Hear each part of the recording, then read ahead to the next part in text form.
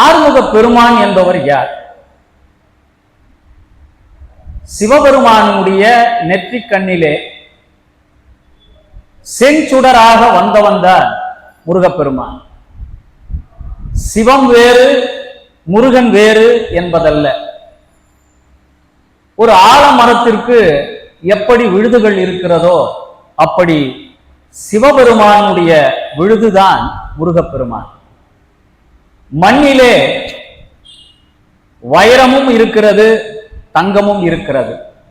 ஆனால் விலை உயர்ந்தது எதுவென்று நாம் ஆய்வு செய்து பார்ப்போமானால் எல்லாருடைய கருத்தும் ஒன்றாகத்தான் இருக்கும், வைரம்தான் உயர்ந்தது என்று.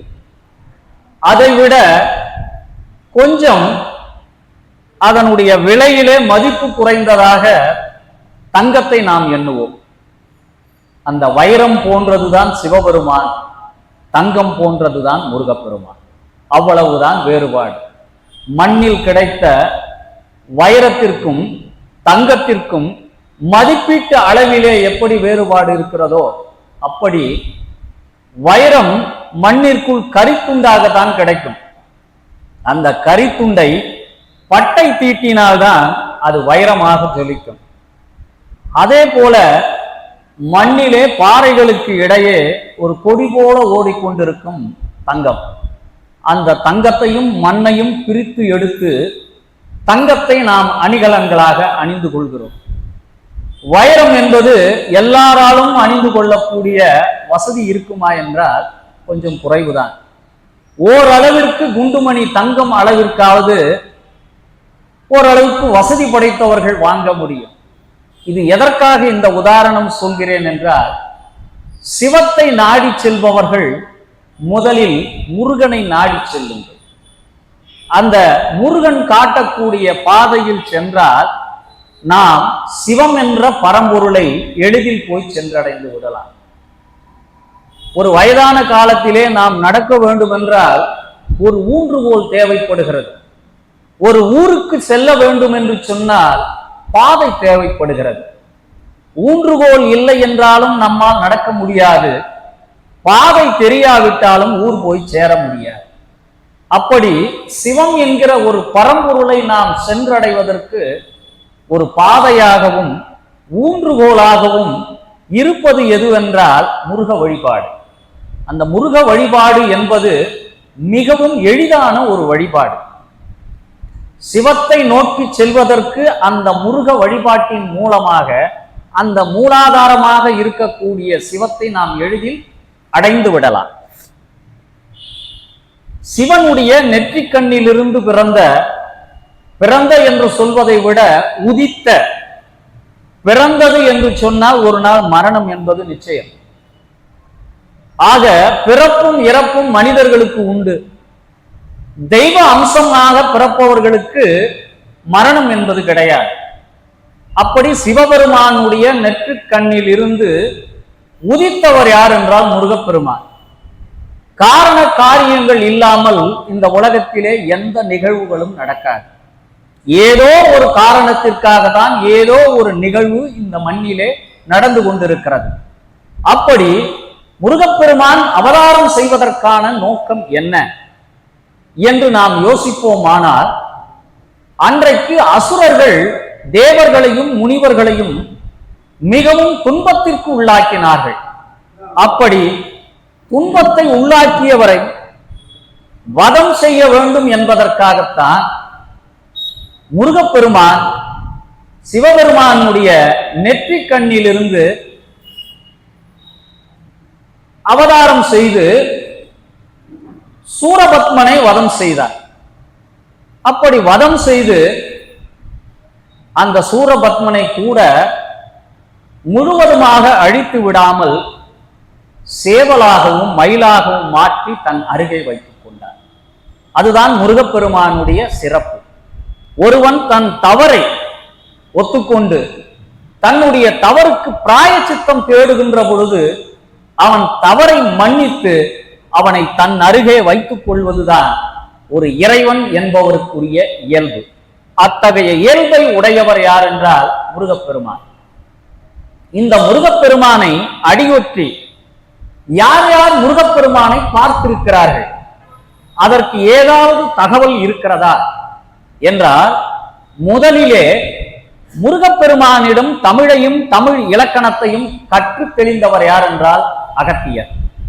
குருமுனி என்று சொல்லப்படுகின்ற அகத்தியர் தான் முதலாக முருகப்பெருமானிடம் தமிழை கற்று தெளிந்தார். இரண்டாவது ஔவையார்.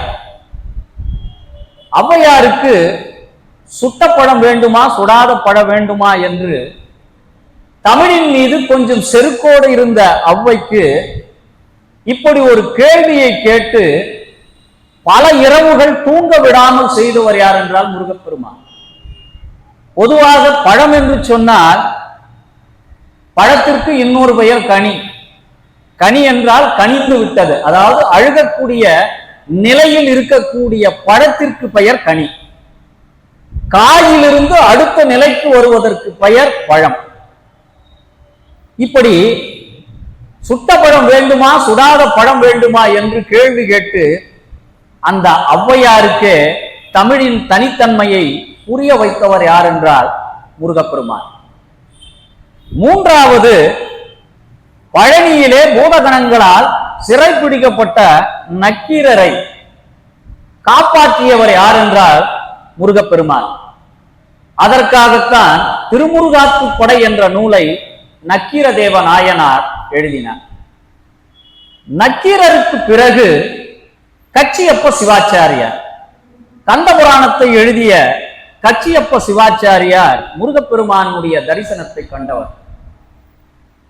அவர் முருகனுடைய அந்த வரலாற்றை எழுத வேண்டும் என்று முற்பட்ட பொழுது முதல் வரி கிடைக்க வேண்டும் அல்லவா? எப்படி சேக்கிழார் பெருமானுக்கு சிதம்பரத்திலே திருத்தொண்டர் புராணத்தை எழுத வேண்டும் என்பதற்காக எந்த வரியிலிருந்து தொடங்குவது என்று புரியாமல் திகைத்துக் கொண்டிருந்த போது உலகலாம் என்ற வரியை கொடுத்து திருத்தொண்டர் புராணத்தை நிறைவு செய்ய வைத்தார் சிவபெருமான். அதே போல அடியார்களுடைய பெருமை உலகிற்கு தெரிய வேண்டும் என்பதற்காக கைலாயத்திலே இருந்த ஆளாள சுந்தரரை மண்ணுலகிற்கு வரவழைத்து திருத்தொண்ட தொகை என்ற நூலை நமக்கு கொடுக்க செய்தார் சிவபெருமான். தில்லைவாழ் அந்தனர்தம் அடியார்க்கும் அடியேன் என்று அடியை எடுத்து கொடுத்தார் சிவபெருமான். அதற்கு சற்றும் இழைத்தவர் அல்ல முருகப்பெருமான். இப்படி கச்சியப்ப சிவாச்சாரியார் கந்தபுராணத்தை எழுத வேண்டும் என்று முடிவு செய்கிறார். முடிவு செய்து முதல் வரி கிடைக்க வேண்டும்.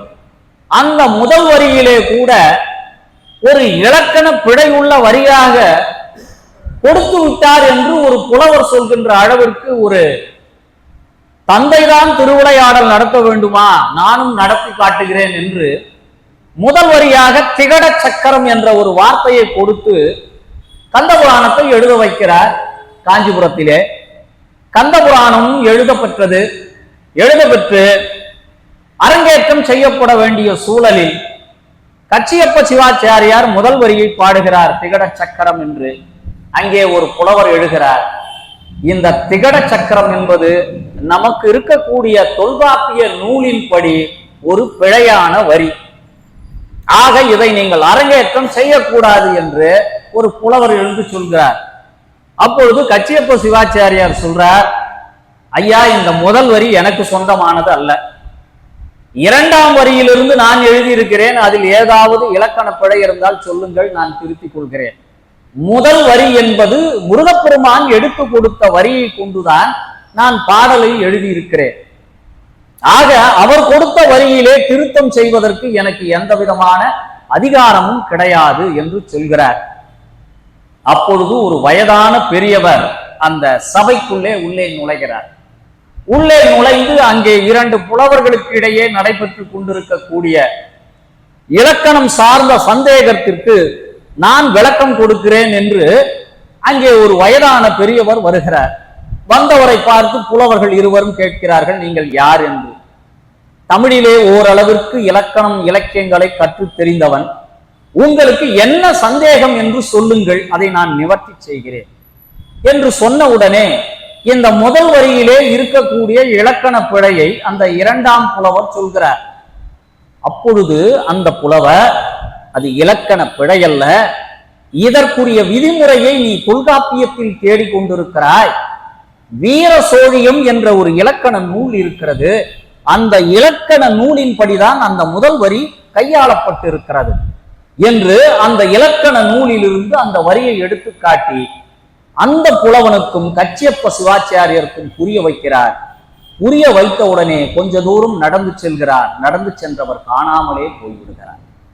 ஆக முருகப்பெருமான் தன் அடியார்களுக்கு எப்பொழுதெல்லாம் இடர்பாடுகள் வருகிறதோ, அப்படி இடர்பாடுகள் வருகின்ற நேரத்திலெல்லாம் நினைத்த பொழுதெல்லாம் அவன் வந்து அவர்களுடைய துயரை தீர்ப்பதுதான் முருகனுக்குரிய முதல் பணி.